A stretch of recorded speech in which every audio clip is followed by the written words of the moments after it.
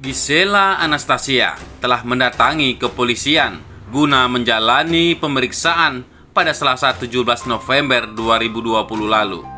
Namun terlepas dari itu, polisi sampai saat ini diketahui telah menangkap 2 tersangka terkait kasus video mirip Gisel. Dilansir dari kompas.com, 2 orang tersebut masing-masing berinisial PP dan MN. Keduanya diringkus polisi atas dugaan menyebarkan video sur mirip Gisel secara masif di jejaring sosial. Berkas kasus PP dan MN telah dilimpahkan ke kejaksaan. Seperti dikabarkan kompas.com, Kabid Humas Polda Metro Jaya, Kombes Pol Yusri Yunus mengatakan berkas kasus kedua tersangka itu telah dikirimkan ke kejaksaan untuk tahapan lebih lanjut. Menyangkut kasus saudara PP dan MN sebagai tersangka yang menyebarkan secara masif, ini sudah tahap 1 kepada JPU atau Jaksa Penuntut Umum, ujar Yusri di Polda Metro Jaya. Namun sayang, langkah kepolisian tersebut harus mundur lagi 1 langkah, sebab baru-baru ini pihak kejaksaan menyampaikan penolakan atas berkas perkara tersebut. Dikabarkan Kompas TV, Kejaksaan Tinggi telah mengembalikan berkas perkara kasus video sur mirip Gisel ke penyidik Polda Metro Jaya pada Senin 7 Desember 2020. Pengembalian ini diungkapkan oleh Kasipenkum Kejaksaan Tinggi DKI Jakarta, Nirwan Nawawi. Dikatakan Nirwan, pengembalian itu dilakukan karena berkas perkara tersangka PP dan MN yang telah diterima pada 3 Desember 2020 dinyatakan belum lengkap, sehingga perlu dilengkapi terlebih dahulu sehingga bisa dilanjutkan prosesnya. Berkas 2 tersangka dinyatakan belum memenuhi syarat formil maupun material sebagai pasal 138 KUHAP.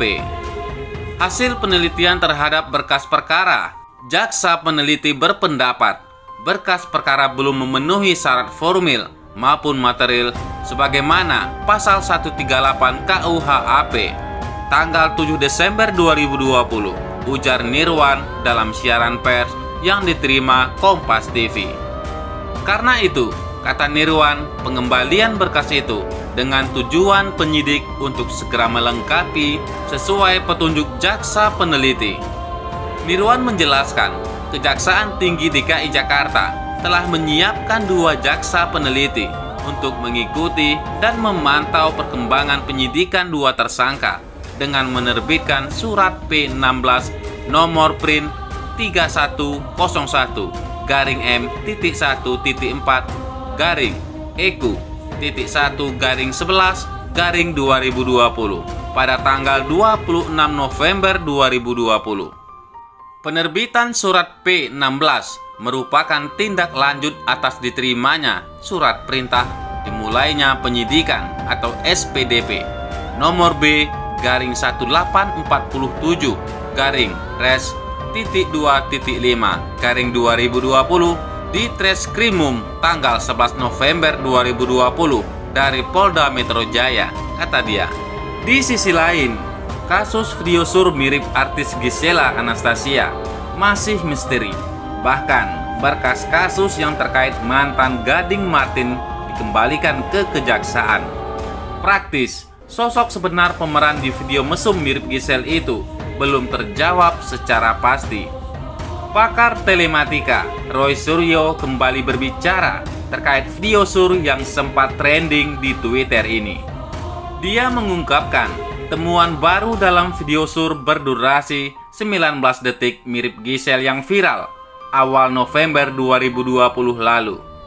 Dari hasil penelitian sebelumnya, Roy Suryo hanya bisa mengungkap kemiripan 72 hingga 74% dari wajah Gisel dan pemeran dalam video sur tersebut. Roy Suryo kini mempunyai temuan baru setelah membandingkan pemeran wanita di video sur tersebut dengan foto lama Gisel. Hal ini sepadan dengan pernyataan pengacara Hotman Paris yang sempat mengungkapkan bahwa Gisel pernah mengaku sempat kehilangan handphone 3 tahun lalu. Kalau yang diucapkan pengacara kondang itu benar, berarti semakin masuk lagi ke perkara. Artinya, ada yang mengaku file itu sudah dihapus. Nah, ini menjadi pertanyaan, kenapa harus dihapus dan kenapa hilang, kata Roy Suryo. Setelah membandingkan temuan foto Giselle lainnya dengan pemeran dalam video sur tersebut, Roy Suryo menemukan kemiripan 78%. Dari yang selama ini saya katakan 72 sampai 74%, terakhir saya sudah naik ke 78%, ujar Roy Suryo melanjutkan. Dikatakan Roy Suryo, analisa tersebut ditemukan setelah ia menemukan foto Giselle lainnya yang dijadikan sampel pembanding.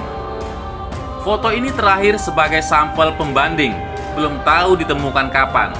Tapi kalau dikomparasi dengan artis dan orang dalam video, ketemunya sudah 78%, tutur Roy Suryo. Lebih lanjut, Roy Suryo mengungkapkan kemungkinan adanya kaitan kemiripan tersebut dengan file Giselle yang disebutnya hilang dalam handphone 3 tahun lalu. Kalau benar kejadian 3 tahun lalu, maka foto 3 tahun lalu jika dikomparasikan ini akan bisa mencapai angka yang lebih tinggi lagi, kata Roy Suryo melanjutkan. Di sisi lain, Giselle mengaku data di ponsel sudah dihapus 3 tahun lalu. Muncul lagi, begini analisa pengamat komunikasi. Kabar pengakuan Giselle kepada Hotman Paris soal ponselnya yang hilang 3 tahun lalu menjadi pembicaraan. Menurut Hotman, data pada ponsel tersebut sebelumnya sudah dihapus namun muncul kembali. Melihat kasus ini, benarkah data yang sudah dihapus pada ponsel dapat muncul kembali? Pengamat komunikasi Idinus sekaligus Komite Edukasi Masyarakat Anti Fitnah Indonesia atau Mafindo, Dr. Agus Triyono, MSI, mengatakan bukan hal mustahil file pada ponsel yang telah dihapus secara fisik dapat muncul kembali. Menurutnya, meski telah dihapus, jejak digital pada ponsel tetap masih dapat terlacak. Bahkan saat ponsel tersebut telah rusak sekalipun, tetap bisa kembali. Meskipun handphone dimusnahkan pun, tetap masih bisa dilacak secara digital, kata Agus. Agus memaparkan, secara digital, apalagi jika file pada ponsel tersebut telah terunggah, secara otomatis akan tersambung melalui server. Hal itu membuat file yang telah masuk ke dalam sistem tidak akan bisa terhapus, meski pengguna telah menghapusnya. Di sistem tidak bisa terhapus, kecuali mereka yang memegang kendali server itu bisa menghapus. Meskipun sudah di server pun, kalau sudah banyak orang membukanya, sudah beredar kemana-mana. Misalnya, kita membuka file kita sendiri, tapi sudah masuk ke Google, ya sudah tersebar kemana-mana. Cara menghapusnya, ya Google yang harus menutupnya, terang dia. Ia lantas membeberkan ada teknologi tersendiri untuk mengembalikan file-file pada handphone yang telah hilang. Jika untuk kepentingan tertentu, kata dia, penegak hukum dapat memanfaatkan teknologi tersebut untuk melacak file yang telah terhapus itu, baik yang semula untuk konsumsi personal maupun publik. Kalau memang ada indikasi-indikasi bahwa handphone tersebut memang digunakan untuk kegiatan tertentu, bisa dilacak IT-nya. Kalau file pribadi sudah dihapus, kemudian kembali lagi, itu biasanya karena ada laporan. Ada orang yang melapor, sehingga itu menjadi konsumsi publik dan pihak berwajib punya kewenangan untuk bisa membuka. Artinya, meskipun sudah dihapus 3 tahun lalu, tapi karena ada laporan, maka tugas penegak hukum membuka bukti-bukti yang sudah ada untuk memperkuat penyelidikan, tukasnya. Diberitakan selanjutnya, hampir secara bersamaan, 3 artis Giselle Anastasia, Jessica Iskandar, dan Anya Geraldine tersandung foto dan video sur yang membuat publik heboh. Faktanya, kasus itu belum terungkap dan masih dipertanyakan oleh masyarakat Indonesia. Terlebih, Giselle, Jedar, maupun Anya belum memberikan informasi dan konfirmasi yang jelas tentang kasus ini. Dengan begitu, publik tentunya masih tetap bertanya-tanya, apakah kabar yang beredar dan melibatkan mereka memang benar adanya? Banyak pihak yang berpendapat kalau sosok dalam video sur tersebut memang betul ketiganya. Namun tak sedikit juga yang beranggapan kalau orang di dalam video sur itu bukan mereka. Masih menjadi perdebatan memang, mengingat Giselle, Jessica Iskandar, ataupun Anya Geraldine belum memberikan kepastian dan konfirmasi terkait simpang siur tersebut. Nantinya, ketiga artis tersebut bakal hadir dalam segmen Shopee 12-12 Birthday Sale bersama GOT7 TV Show. Kira-kira bakalan ada konfirmasi dari mereka bertiga nggak ya? Bagaimana menurut pendapat Anda?